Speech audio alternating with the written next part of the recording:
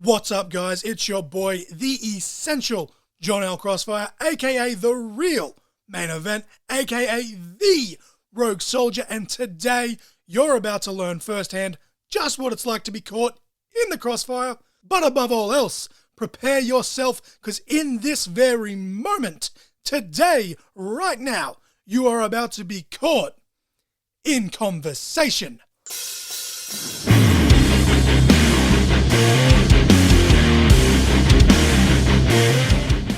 Hello, one and all, and welcome to episode 56 of Caught in Conversation. As always, I am the essential John L. Crossfire, and this week I've watched quite a nice chunk of professional wrestling. During this episode, I will be talking the highlights from Impact Wrestling Slammiversary 2022, and I'll also find out just how accurate I was on my predictions from last week's episode.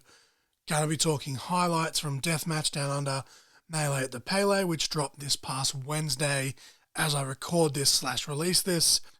Also in the last couple of days, I watched the last two SHP, the Sean Henderson Presents shows on IWTV to support Australia's Joel Bateman, of course, of DMDU.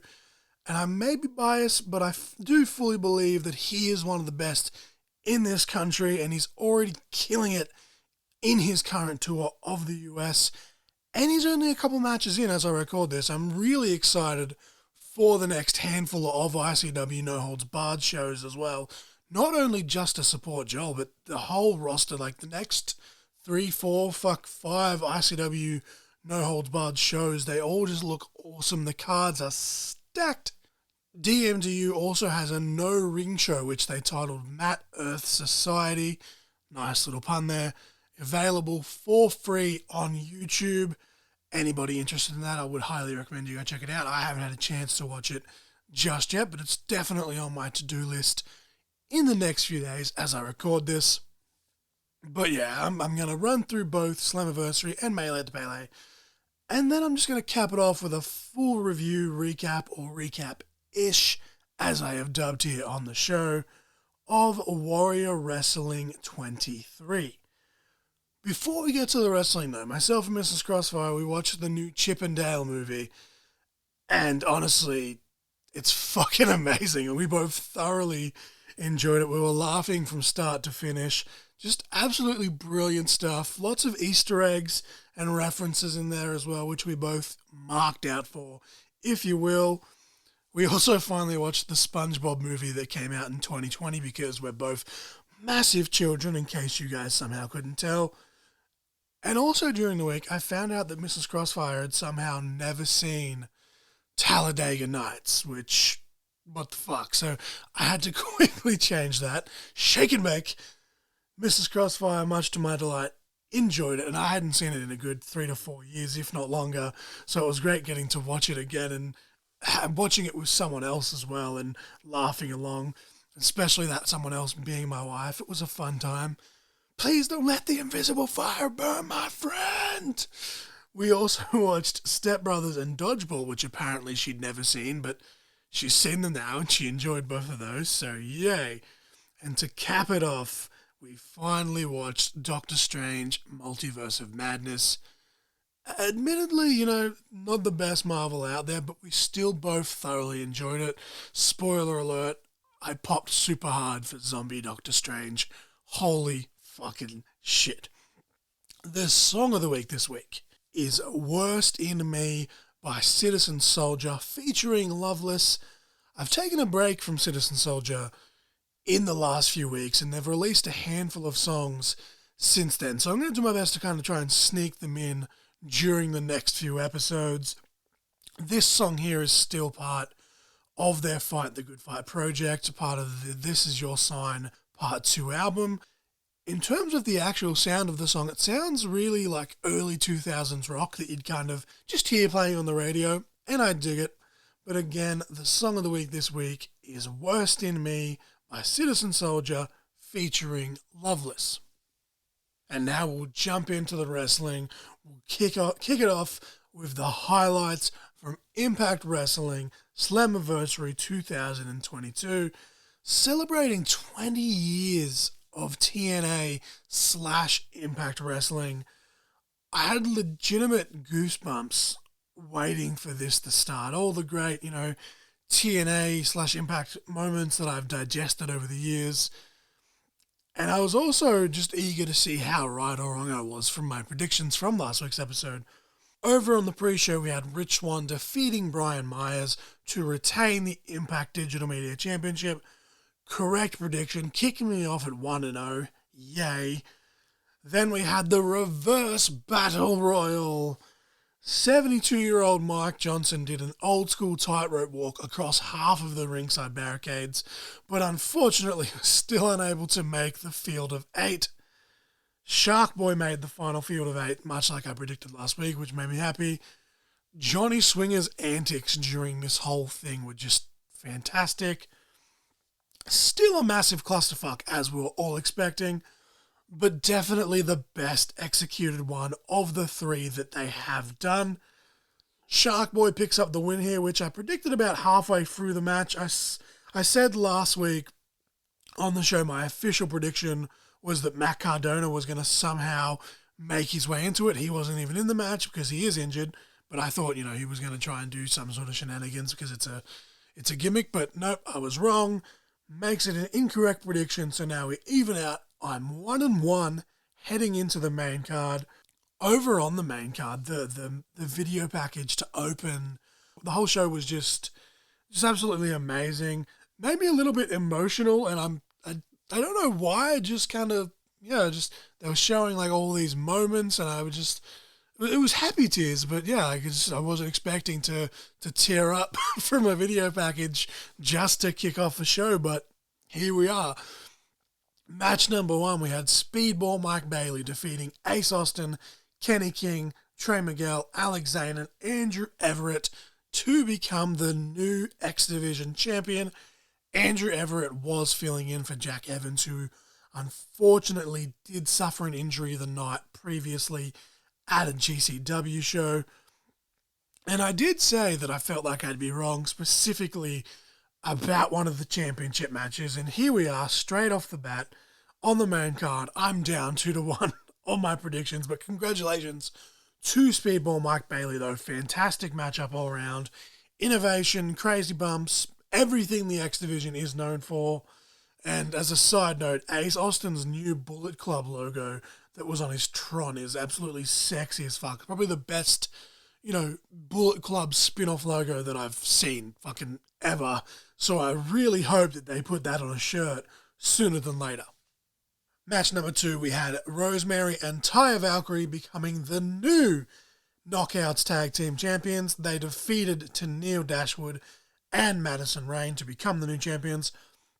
They were both my want and my prediction for this match, but it actually hadn't been announced when I did the predictions from last week's show. So in the interest of fairness, I didn't include this match. So I was still down 2-1.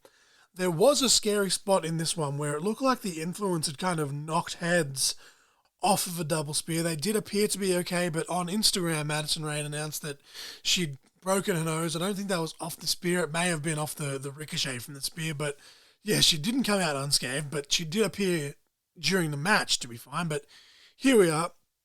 Match number 3, Sami Callihan defeats Moose in a Monsters Ball match that had me marking out all the way through. Correct prediction for me, taking me to 2-2. Match number 4, we had the Good Brothers defeating the Briscoes to become the new and now 3-time Impact World Tag Team Champions. Incorrect prediction, sending me down to 3-2.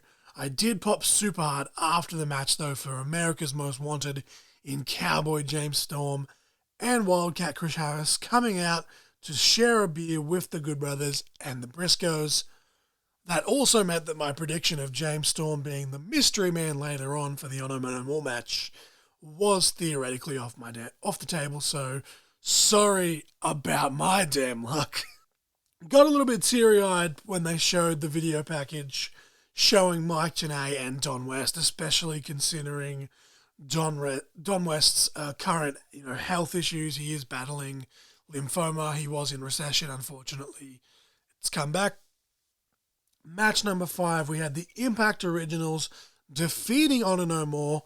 We had Christy Hemme come in here as the guest ring announcer.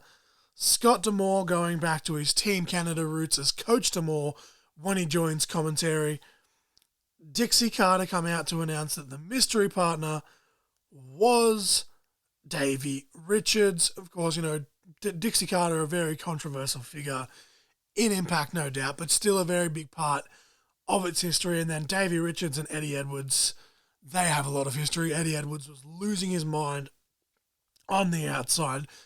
They're kind of, keeping it kayfabe here within the realm of Impact, and they're playing it off that despite the fact that they've been wrestling as a team on the Indies, this was the first time that they'd seen each other since 2017 when they were feuding with each other. I get it.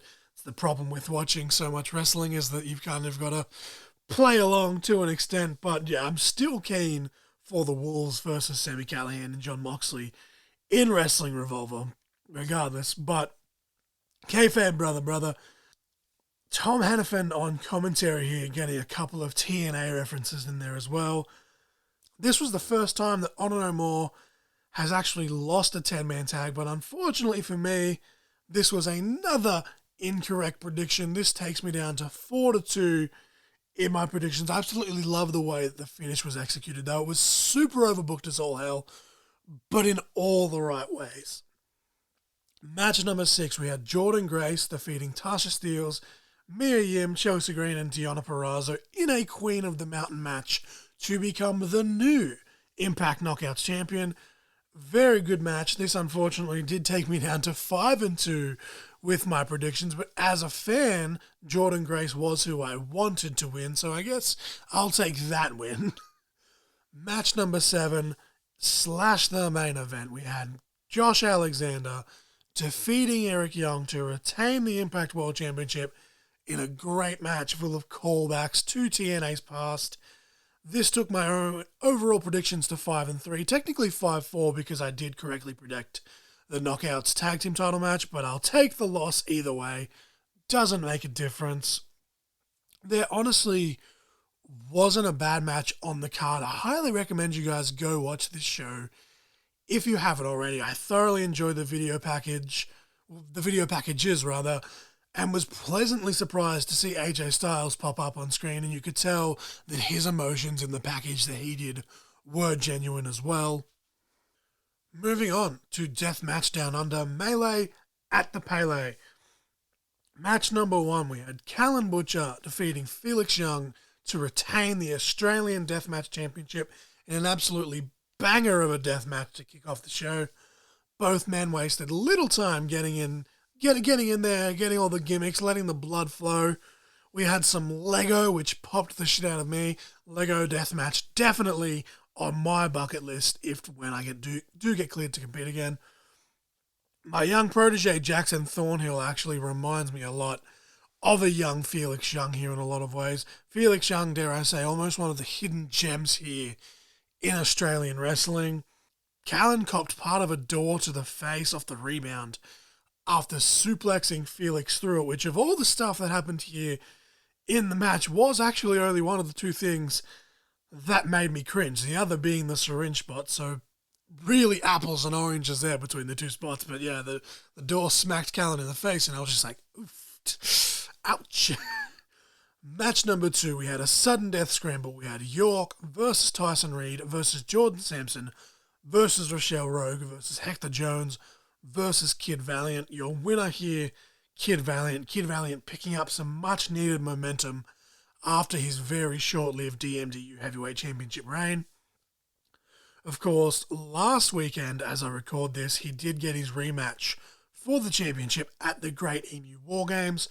Really excited to watch that one when it does eventually drop on IWTV.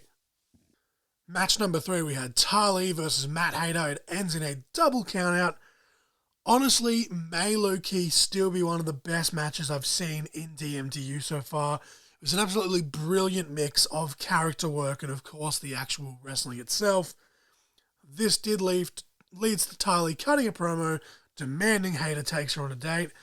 Hayter challenges Tali to a match at the Great Emu War Games, stating that if Tali can beat him in a match, then they will go on a date together. Match number 4, we had BDE, Big Dude Energy, Big Dave, and Ricky Gilmore defeating Black Roach Reserve, Scotty Roach and Xavier Black, and SGB, Levi Nixon and Sam Yanis in a triple threat tag team match. After the match, it's announced that once again at the War Games event, BDE will get one final shot at Misspent Youth for the DMDU Tag Team Championships in a street fight. And just to up the ante, if BDE loses, they can never challenge for the titles again for as long as Misspent Youth are the champions. Match number 5, we had Damian Rivers defeating Jake Wilder in a death match. Wilder bleeding like a stuck pig, as the expression goes. Damian Rivers has still only lost one death match at this point in his DMDU career. Match number 6, we had Gore defeating Delta to retain the DMDU Heavyweight Championship. Delta, I swear I say this every time I cover a DMDU show that she's on, but she just gets more and more impressive every time I see her. And of course, Gore is fucking Gore. Match number 7, we had Lockie Hendricks defeating Joel Bateman to gain the numbers advantage in the War Games match at the Great Emu War Games event. Bit of ADMP shenanigans helped Lockie get the job done there. Just one big advert for the next event here. And as I said, I'm really keen to watch that one when it does drop. I've heard nothing but good things from people that were at the event and the little tiny clips that I've seen on social media from it as well. We had a brawl after the match between ADMP and the deathmatch wrestlers. One of the many brawls that these teams have had, which of course led to the fact that they're having War Games in the first place. Before the main event can begin, we have Kid Valiant try and hijack the show. He comes out, he calls out Gore and Crackerjack. He wants a fight. Gore and Crackerjack made very quick work, unfortunately, of Kid Valiant, but much like his namesake, Kid Valiant showing that he could take it as he was smiling as he tried to pull himself to his feet. And match number 8, / the main event, the eternal Edward Dusk defeats Will Walker in an absolutely bonkers Falls Count Anywhere match. Both men covered in blood. Dusk had barbed wire sticking out of his head, even in victory. Dusk puts the tar-like markings across the chest of Walker. Absolutely awesome stuff. The promos leading into this were absolutely fantastic as well. Two hometown boys here going head-to-head in the Palais in Geelong. Will Walker quickly becoming a big name in DMDU, and Edward Dusk, as I've said a few times on the pod, is one of those untapped heroes, so to speak, of Aussie wrestling. And here we go, sounding like a crack record, but I can't wait to watch the Great Emu War Games when it does drop on IWTV. Spoiler alert, they did announce at that event that Jimmy Lloyd will be coming down under to compete in the second annual Dream Deathmatch tournament that will be in August, so that should be awesome to see when that eventually happens too. Fuck yes. As always, if you don't have IWTV and you want to check Deathmatch Down Under or any of the other content on there, you can use code DMDU for 5 days free. And as I said before, you can also go watch some free content on their YouTube channel, which, as I mentioned, does feature a full free show, the No Ring show, the Matt Society show that happened I think it was last week as I record this, and I can't wait to check that out myself either. But the match of the week this week, in celebration of 20 years of TNA, Total Nonstop Action / Impact Wrestling, and the fact that the main event of the show that I'm about to cover for Warrior Wrestling was basically a tag team match on steroids, the match of the week this week is the first ever match to take place in TNA Impact Wrestling, and it is AJ Styles, Jerry Lynn, and Loki, who was then performing as Senshi, versus the Flying Elvises, Jimmy Yang, Jorge Estrada, and Sonny Siaki from NWA TNA pay-per-view number 1 on June 19th, 2002. Nice, fast-paced, fairly short match that had them chanting TNA straight out of the gate. A mini banger, if you will. This whole event is actually on Impact's YouTube channel for free. But the match of the week is AJ Styles, Jerry Lynn, and Loki versus the Flying Elvises at NWA TNA pay-per-view number 1. But now we will roll on to my full recap-ish. I still think there's a t-shirt in there somewhere, but maybe that's just me. My full recap-ish of Warrior Wrestling 23 airing live from Grand Rapids, Michigan. We had Vader Scott and Rich Bikini on commentary here. Vader has done the last handful of Warrior Wrestling shows, and these two now have really started to find their groove as a commentary team. Match number 1, we had a singles match. We had Casey Navarro versus Brian Cage. It was announced that the winner of this match would move on to the main event later in the night to take the spot of the injured Matt Cardona. We'll get to that one momentarily. This was a fairly fast-paced match, both guys trying to put their respective opponents away quickly so that they don't use too much energy before the main event, but in effect seemingly did the opposite. These two have been having problems for a couple of months now after Cage has been trying to mentor Navarro.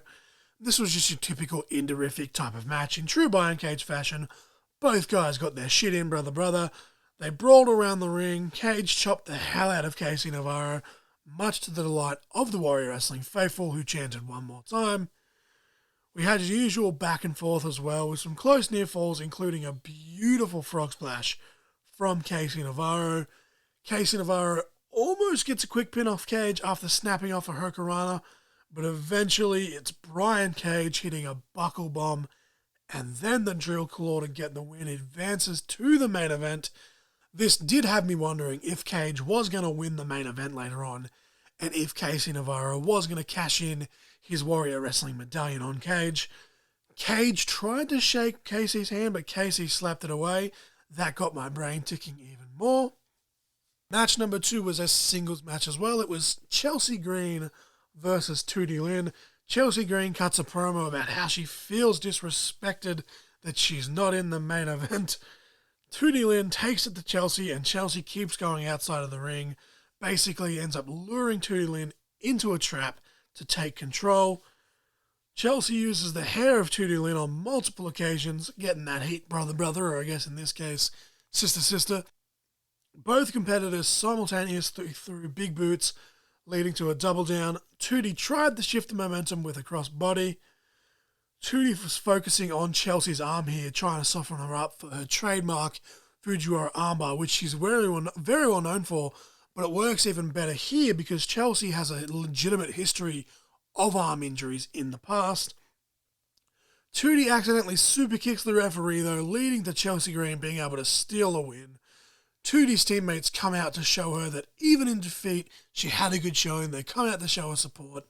Match number 3, we had a tag team match. We had Myron Reed and Dante Leone versus Violence is Forever, which is Dominic Guarini and Kevin Koo. Very good tag team there in Violence is Forever. I was low-key really keen for this one. Leone and Reed shined in the early going with their high-flying offense, but Violence is Forever weather the storm, and they go to work on dissecting their opponents, which is very much their MO. Violence is Forever looked to have Myron Reed beat, but Dante Leone comes off the top with a spiral tap to shift the momentum.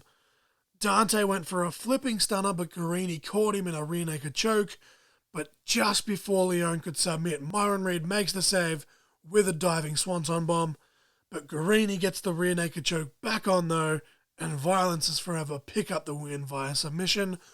Both teams showed respect after the fact. Match number 4, we had the Warrior Wrestling Lucha Championship. We have Ray Leone, the challenger, versus Sam Adonis, the champion. This confused me while taking notes, as we just had Dante Leone moments ago. Adonis actually requesting this match due to the history that these two men have together in Mexico. The winner of this match was also advancing to the War of Attrition match later on. I didn't catch who they'd be replacing in the original lineup and was momentarily confused. We started strong with chants of Lucha Libre from the fans. Ray Leone did a somersault plancha to the outside and actually landed in the lap of a couple of fans in the front row. Adonis returned in kind, but we had a bit of a scary moment because his leg got caught up on the ropes and he split the back of his head open on the concrete floor. He somehow managed to power through though, and just when I thought they were going to slow the pace down because of it, they sped right back up. Adonis went for his trademark rope walk blockbuster, but Leon countered into a huge sit-out arm drag. They ended up back outside, and I was cringing the entire time, worried about the health of Sam Adonis. Leon hits a superplex back into the ring, and it looked as if Adonis had just got his wherewithal back, and he explodes with a buckle bomb Michinoku driver combination. Adonis hits his trademark 450 splash, retaining the Warrior Wrestling Lucha Championship and moving on to the main event later tonight, or later that night, I should say. Before we got to match 5, Frank the Clown would come out. He would host a going-away party for current Warrior Wrestling Women's Champion Athena, complete with balloons, piñata, and a cake. Frank would announce that he has yet another one-night-only client in AQA, who, of course, was about to challenge Athena for the title, which blends us in to match 5, as we have at the last couple of Warrior Wrestling shows, Athena and Frank the Clown having their little mini feud. Warrior Wrestling Women's Championship, AQA Challenger, Athena the Champion. I was really looking forward to this, though, because AQA is making quite a name for herself as of late. And, of course, Athena is an excellent performer in her own right. The match was jump-started with a cheap shot from Trevor Outlaw to Athena before the bell rung. AQA straight away was fighting with herself if she wanted to win in that fashion. She was torn. Is this the right thing to do? AQA, of course, very naturally over with the fans as a babyface, and I can see her being a very big star in years to come, to be honest. Athena just had that edge here in fan support. It'd be interesting to see what the reactions would be like without the Frank the Clown shenanigans in the question. And I'll say it like I always do, though. Put him over. Frank the Clown doing an absolutely fantastic job, and he has honestly come so far. Fairly even match. We had a very scary spot with a Saito suplex. Athena just launching AQA. I was like, holy shit. Athena tries to go to the top rope for her diving stunner, but does get cut off by Trevor Outlaw, which allows AQA to string some high-impact offense together for a near fall. AQA argues with Frank the Clown, which allows Athena to take control again. Frank was trying to get AQA to cheat, and she just wasn't interested. Athena hit a triple powerbomb combo onto AQA, onto the piñata that Frank the Clown tried to introduce. Turns out that cheap bastard didn't even put anything inside it and just flattened the piñata. That was a kind of good little comedy spot there. AQA shows her resiliency. She gets another near fall off a crucifix driver, but the champ obviously not going to go down that easy. Athena hits the O-face, which is her diving stunner, to pick up the win and retain her Warrior Wrestling Women's Championship. After the match, AQA and Athena go after Frank the Clown, but he manages to escape. But they get a hold of Trevor Outlaw and they give him a double curb stomp into the cake. The camera actually caught him taking a bite out of the cake, which made me chuckle. But I'm pretty sure that he did do that intentionally. But regardless, it was just funny anyway.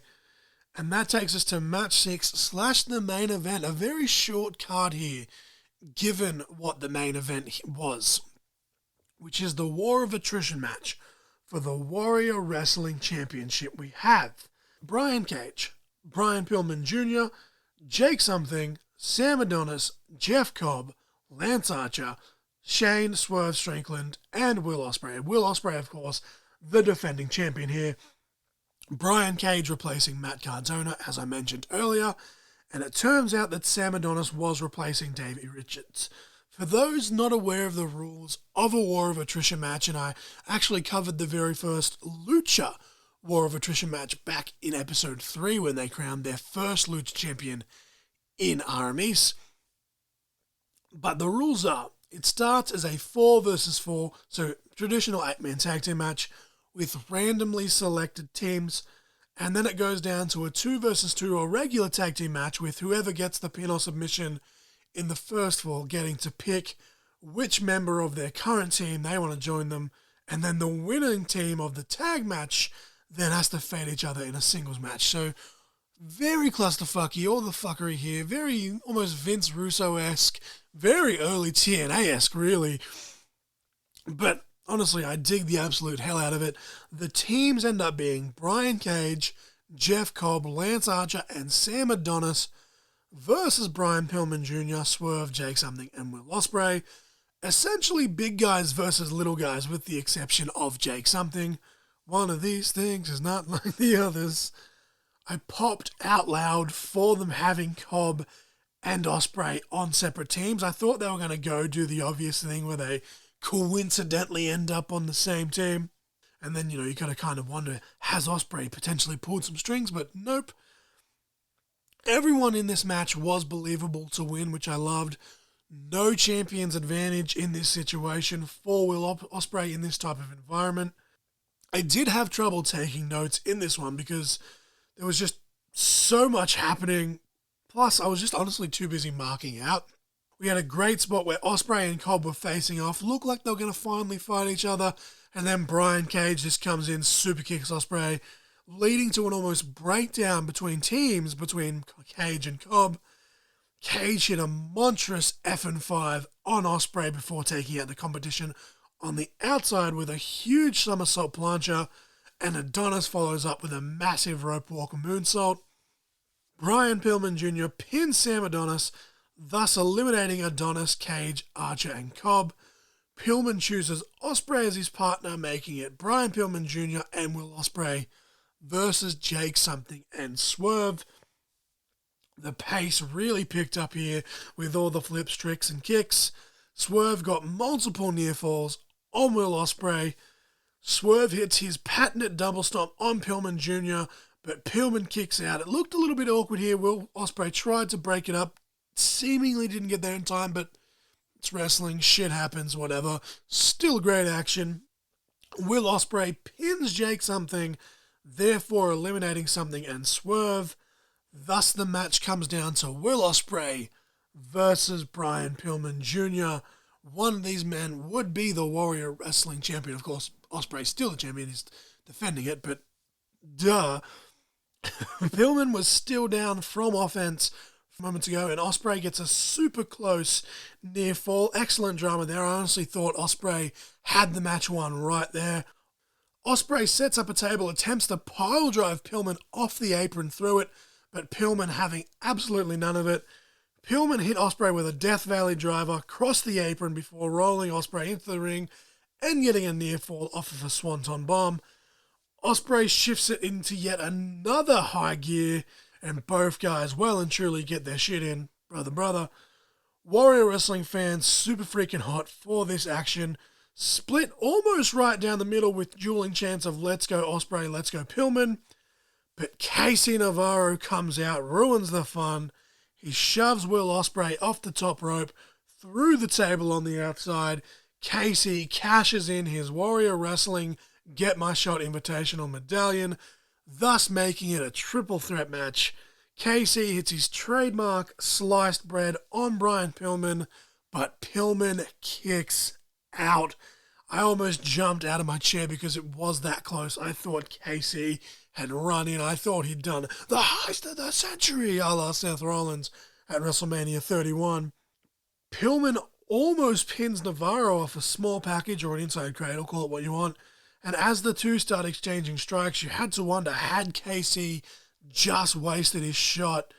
But Casey hits a low blow and the sliced bread for a second time, and Pillman kicks out again. We have a mad scramble with Ospreay making his way back into the ring. He hits the hidden blade on Pillman. Navarro hits Ospreay with his medallion, but Ospreay's turn to kick out now. And just when you're wondering what's it going to take for any of these men to stay down, Brian Cage comes out, and just when it looks like he's about to attack Casey Navarro, he takes out both Pillman Jr. and Will Ospreay, picks up Pillman, lets Casey Navarro hit the running sliced bread for a third time, and Casey Navarro becomes the new Warrior Wrestling Champion.